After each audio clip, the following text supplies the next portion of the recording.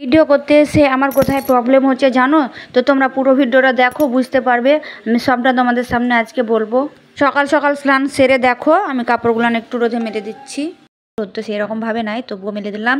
আর এইদিকে দেখো পুজো আসেইনি এখনি, মানে আমার ঢাম্পা পরিষ্কার করা শুরু হয়েছে। কেন জানো তো? ঢাম্পাগুলো একটু নোংরা হয়েছিল, তাই পরিষ্কার করে নিলাম। কারণ পুজো আসতে এখনিও অনেক দেরি আছে, তো আমি তাই পরিষ্কার করে নিলাম। আবার পরিষ্কার করতে হবে।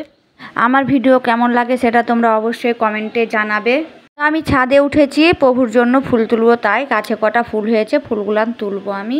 কি বলতো, ছাদে ফুল ফুটে আছে কয়টা ঠিকই, কিন্তু মানে উঠতে বিরক্ত লাগে। শীতে উঠা হয় রোজই, মানে রোদের ইসে তখন ঠিক উঠে পড়ি। এখন বর্ষা তো ঠিকভাবে উঠতে ইচ্ছে করে না, তো তাই আজ উঠলাম। মাঝে মধ্যে উঠি, তো উঠলাম, তো কয়টা ফুল ছিল ফুল তুলে নিলাম। এই দেখো আমার কুড়ে ঘরের নিচে আমি দাঁড়িয়ে আছি। আমার কুড়ে ঘরটা কেমন লাগছে অবশ্যই বলবে, কমেন্টে জানাবে। আর হ্যাঁ, চলো প্রভুর জন্য তো ফুল তুললাম অনেকগুলো।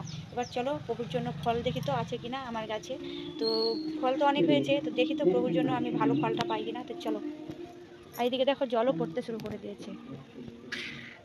এই দেখো যে চারিদিকে মানে জল জমে জমে এতটা পিচ্ছিল হয়ে আছে।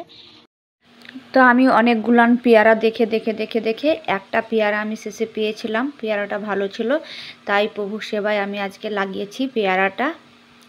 আর হ্যাঁ, তোমরা একটা কথা বলি শোনো।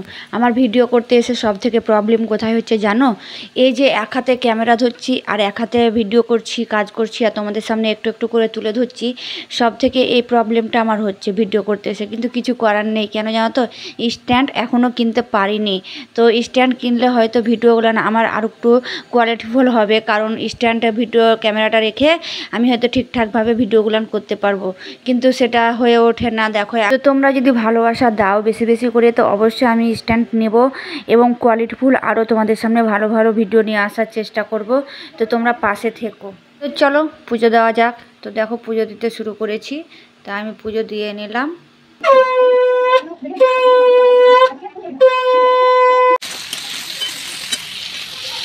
মোটামুটিভাবে সব কাজ হলো। এবার চলো রান্নাঘরে। তো রান্নাঘরে চলে এসেছি। তো দেখো কালারটা খুব সুন্দর হয়েছে, সবজিটা বানাচ্ছি। তো দেখো দেখতে ভালো লাগছে। সবজিতে আমি দুটো এলাচ দিব, তাই তোমরাকে দেখাচ্ছি। দেখো দুটো এলাচ দেবো। এলাচ দিয়ে কিন্তু আমাকে সবজি ভালো লাগে, কারণ সবজির মানে যে সুগন্ধিটা আছে সেই সুগন্ধিটা আমাকে সত্যি খুব সুন্দর লাগে। সব মশলার থেকে আমাকে এলাচের সুগন্ধিটা ভালো লাগে। মেনু হচ্ছে দেখতেই পেলে 5 তরকারি করলাম। আর এই তো এ হচ্ছে টমেটো চাটনি করব। আর হচ্ছে কি, দাঁড়াও দেখাচ্ছি। ক্যামেরা ধরছি, কত যে কষ্ট হচ্ছে, স্ট্যান্ডও কিনতে পারছি না।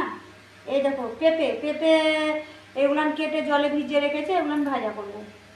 তো আজকে এই দিয়েই আমাদের খাওয়া দাওয়া হবে। আমার মিনি ব্লগ কেমন লাগে তোমরা অবশ্যই কমেন্টে জানাবে, আর কে কোথা থেকে দেখছো সেটা কমেন্টে আমাকে জানিয়ে দেবে।